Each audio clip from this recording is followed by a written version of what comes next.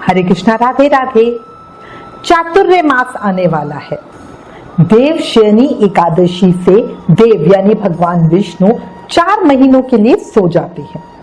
इसलिए आज इस वीडियो में हम साल 2023 में जुलाई के महीने में देवशयनी एकादशी से पहले शादी का जो सबसे अच्छा मुहूर्त, जिसे भंडली नवमी कहा जाता है, वो जानेंगे कि जुलाई 2023 में कब है वो अनबुझा मुहूर्त। साथ ही 2023 में कब रखा जाएगा देवशयनी एकादशी का व्रत, और ये भी जानेंगे कि पूजा का शुभ मुहूर्त और व्रत पारण समय यानी व्रत खोलने का समय क्या है। चातुर्य मास कब से कब तक है, साथ ही प्रदोष व्रत, गुरु पूर्णिमा और सत्यनारायण व्रत कब रखना है, इस पे भी चर्चा करेंगे। पूरी जानकारी के लिए वीडियो लास्ट तक जरूर देखें। अगर चैनल पर पहली बार आए हो तो प्लीज सब्सक्राइब जरूर कर देना। जानकारी अच्छी लगे तो वीडियो को लाइक करना, शेयर करना। अब चर्चा शुरू करते हैं। साल 2023 के आषाढ़ महीने में 26 जून दिन सोमवार को मासिक दुर्गा अष्टमी का व्रत रखा जाएगा। इस समय में गुप्त नवरात्रे चल रहे होते हैं। ऐसे में गुप्त नवरात्रे की अष्टमी बहुत ज्यादा महत्व रखती है। भंडली नवमी आषाढ़ माह के शुक्ल पक्ष की नवमी तिथि को होती है। इस साल भंडली नवमी 27 जुलाई दिन मंगलवार को है। भंडली नवमी को भंडलिया नवमी, कंदर्प नवमी नामों से जाना जाता है। भंडली नवमी के दिन भगवान विष्णु की आराधना की जाती है।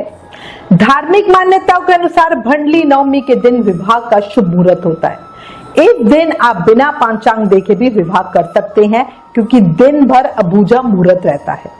भंडली नवमी को अक्षय तृतीया के समान ही इंपॉर्टेंट माना जाता है।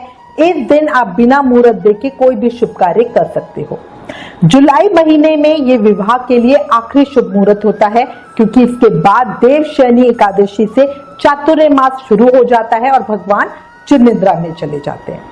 इस बार अधिक मास होने से 5 महीनों के लिए विवाह, मुंडन, गृह प्रवेश आदि जो मांगलिक कार्य वो बंद हो जाएंगे। इसलिए अगर आप अभी भी कोई मांगलिक कार्य करना चाहते हो तो भंडली नवमी पे कर सकते हो।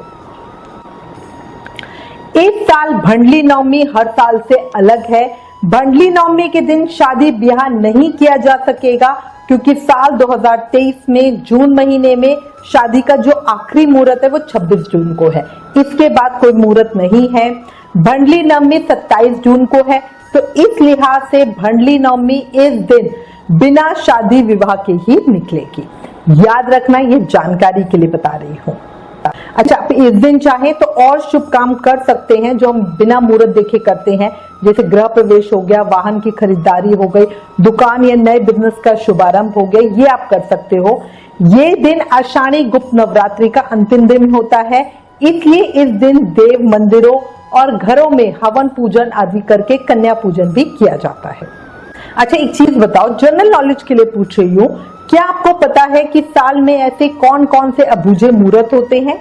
देखो, नॉर्मली हम अबूझे मुहूर्त जैसे बसंत पंचमी, फुलेरा दूज, अक्षय तृतीया, रामनवमी, पीपल पूर्णिमा मतलब वैशाख मास की पूर्णिमा, गंगा दशमी मतलब ज्येष्ठ मास की शुक्ल पक्ष की दशमी, देव उठनी एकादशी या देवोत्थान एकादशी को मानते हैं।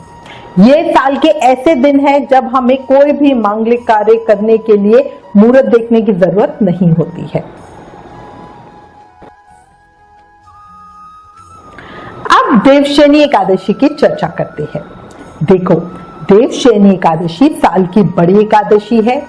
देवशयनी एकादशी से श्री हरि विष्णु 4 महीने की योग निद्रा में चले जाते हैं। इस समय को चातुर्य मास कहा जाता है। इस साल 2023 में अधिक मास होने से चातुर्य मास 5 महीनों का होगा। इस साल चातुर्य मास 5 महीने यानी 29 जून से 23 नवंबर तक होगा। इस समय में हम कोई भी शुभ मांगलिक कार्य नहीं करते हैं, अधिक से अधिक धार्मिक कार्यों में मन लगाते हैं। चातुर्य मास का समय जो होता है ये बहुत पावन और फलकारी होता है।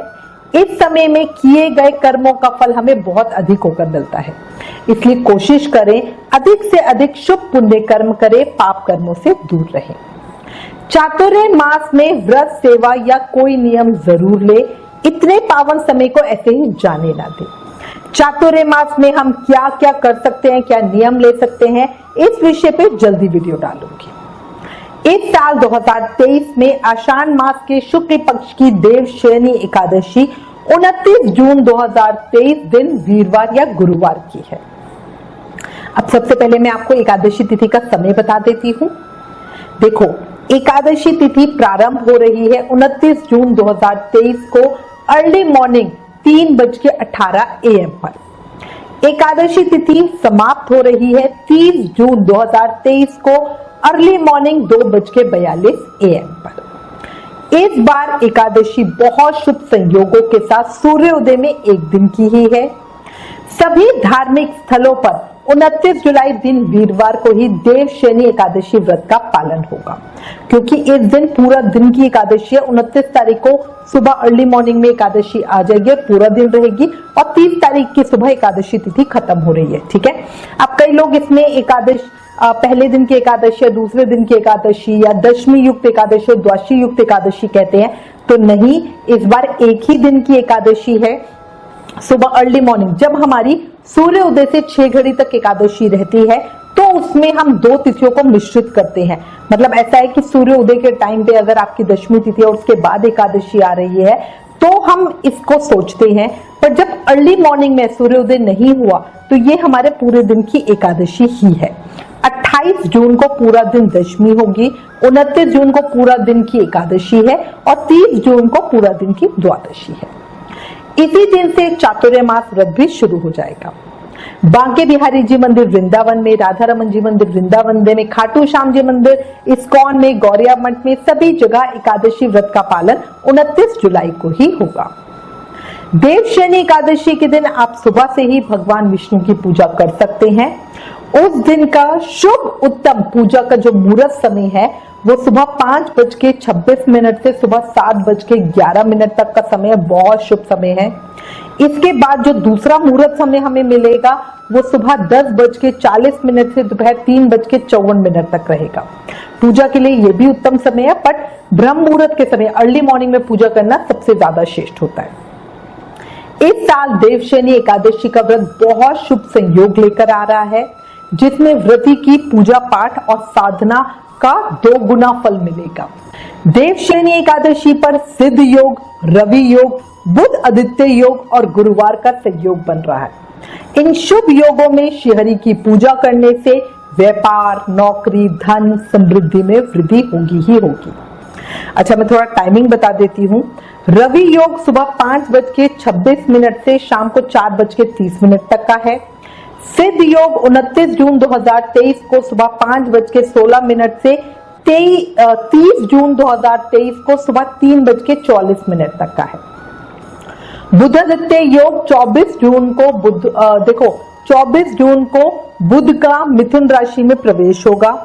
सूर्य पहले से ही मिथुन राशि में विराजमान है। ऐसे में इन ग्रहों की युति से बुध आदित्य राजयोग बन रहा है और एकादशी वाले दिन गुरुवार है ना। तो गुरुवार और एकादशी दोनों श्रीहरि विष्णु को समर्पित होते हैं। गुरुवार के दिन एकादशी होना बहुत बहुत ज्यादा फलकारी माना जाता है। अच्छा देखो, देवशयनी एकादशी के बाद देव उठनी एकादशी तक सूर्य, चंद्रमा और प्रकृति का जो तेज होता है, जो तेजस तत्व होता है, वो कम हो जाता है। इसलिए कहा जाता है कि देव शयन हो गए हैं, भगवान सो गए हैं। शुभ शक्तियों के कमजोर होने पर किए गए कार्यों के परिणाम जो होते हैं वो शुभ नहीं होते। इसीलिए चातुर्य मास के दौरान कोई भी शुभ कार्य नहीं किया जाता। मान्यता है कि देवशयनी एकादशी का व्रत करने से दुर्घटनाओं के जो योग होते हैं वो भी टल जाते हैं। इसीलिए जो लोग वैसे एकादशी का व्रत नहीं करते, उन्हें भी देवशयनी एकादशी का व्रत जरूर ही करना चाहिए। अधिक मास होने की वजह से इस बार सावन का महीना भी 2 महीनों का होगा और चातुर्य मास 5 महीनों का होगा। सावन का महीना 4 जुलाई से 31 अगस्त तक चलेगा, जिसमें 18 जुलाई से 16 अगस्त का जो समय है वो अधिक मास का रहेगा। अब हम व्रत पारण समय देखते हैं, मतलब हम अपना व्रत किस समय पे खोले इसकी चर्चा करते हैं। देखो 30 जून को व्रत तोड़ने का, खोलने का जो समय है, शुभ समय है, वो सुबह 8:20 AM से 10:05 AM के बीच का है। पारण तिथि के दिन हरिवासर समय समाप्त होने का जो समय है वो 8:20 AM पर है।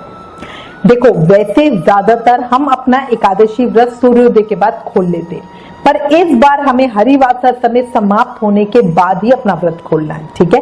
तो इस चीज का ध्यान रखना, हमें अपना व्रत हरिवासर समय समाप्त होने के बाद सूर्योदय में और द्वादशी तिथि समाप्त होने से पहले खोलना जरूरी होता है। ये आपका जो पारण समय बताया है, ये व्रत खोलने का सबसे शुभ मुहूर्त समय है। कई जगह पे ये समय 1 बजे और 3 बजे के बीच का भी बताया जा रहा है, तो वो उनकी गणना के आधार पर होता है। 30 जून दिन शुक्रवार को भगवान विष्णु के लिए व्रत रखकर उनके वामन अवतार की पूजा की जाती है, इसीलिए वामन द्वादशी कहते हैं। अगर आप एकादशी और द्वादशी दोनों दिन का व्रत नहीं कर सकते तो वामन द्वादशी को भगवान विष्णु के वामन अवतार की पूजा जरूर करें, दान दक्षिणा जरूर दें। विभिन्न ग्रंथों में वामन भगवान के प्राकट्य की अलग अलग तिथियां लिखी है। इसी से भाद्रपद माह के शुक्ल पक्ष की द्वादशी और चैत्र मास के शुक्ल पक्ष की द्वादशी को भी वामन द्वादशी मनाई जाती है। ये मैं आपकी जानकारी के लिए बता रही हूं। स्कंद पुराण के अनुसार चैत्र शुक्ल द्वादशी के दिन श्रावण नक्षत्र और अभिजीत मुहूर्त में भगवान विष्णु ने महर्षि कश्यप और माता अदिति के घर वामन रूप में जन्म लिया था।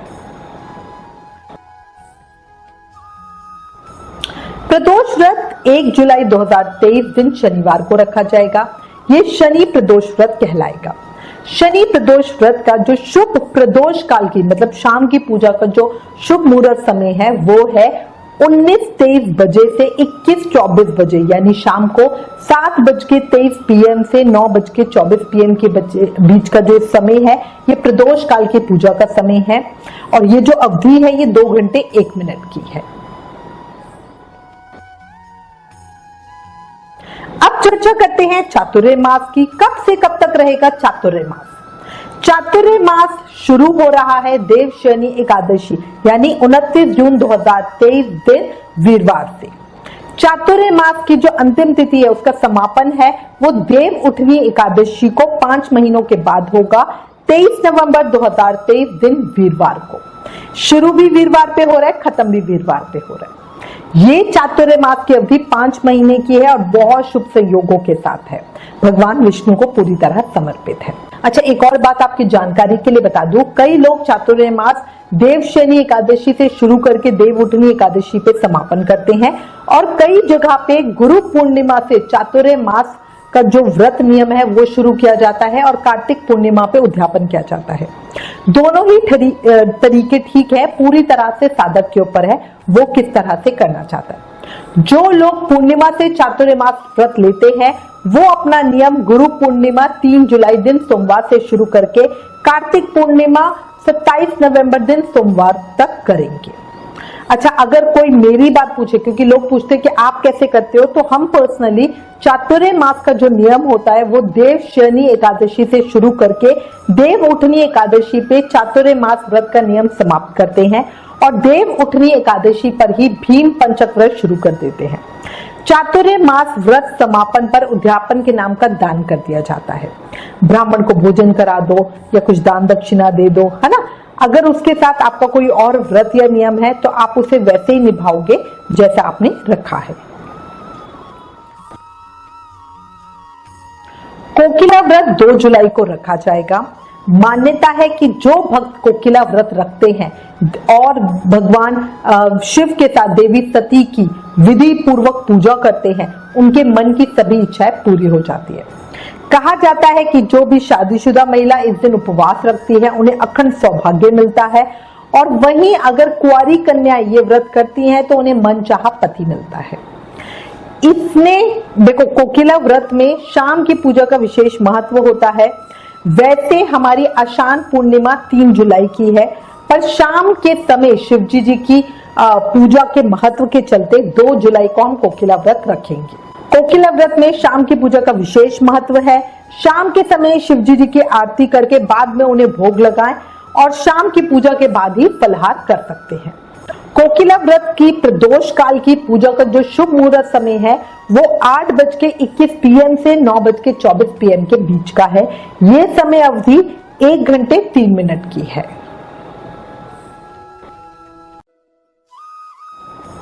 अब हम आषाढ़ पूर्णिमा और गुरु पूर्णिमा की चर्चा करते हैं। आषाढ़ पूर्णिमा या गुरु पूर्णिमा 3 जुलाई दिन सोमवार की है। पंचांग के अनुसार 2 जुलाई की रात 8:21 पर आषाढ़ माह की पूर्णिमा तिथि शुरू हो जाएगी और ये 3 जुलाई सोमवार को शाम 5:08 पर समाप्त होगी। ऐसे में हम जो सूर्योदय में गुरु पूर्णिमा 3 जुलाई सोमवार को ही मनाएंगे। 3 जुलाई को शुभ संयोगों के साथ सूर्योदय में पूरे दिन की पूर्णिमा तिथि को माना जाएगा। इसी दिन सत्यनारायण भगवान की पूजा, व्रत और कथा वगैरह होगी। साथ ही गुरु पूर्णिमा या व्यास पूजा भी इसी दिन करेंगे। आषाढ़ पूर्णिमा का व्रत भी इसी दिन 3 जुलाई को रखेंगे। वृंदावन में श्री मदन मोहन जी मंदिर में गुरु पूर्णिमा 3 जुलाई को विशेष महोत्सव के साथ मनाई जाएगी। 4 जुलाई से सावन का महीना शुरू हो जाएगा। इसी के साथ मैं उम्मीद करती हूँ इस वीडियो में दी गई जानकारी आपके लिए उपयोगी होगी। इससे रिलेटेड अगर आपके पास कोई भी कमेंट्स या सजेशन है तो प्लीज हमें लिखें। ज्ञान बांटने से बढ़ता है, इसलिए इस वीडियो को ज्यादा से ज्यादा शेयर करें। Please like, share and subscribe. आप हमें फेसबुक और इंस्टाग्राम पे भी जरूर फॉलो करें। अगर आप अपने फोन पर एकादशी व्रत का रिमाइंडर चाहते हो तो एकादशी लिखकर हमें 9821025751 पर मैसेज करें। Please like, share and subscribe. Thank you. Hare Krishna.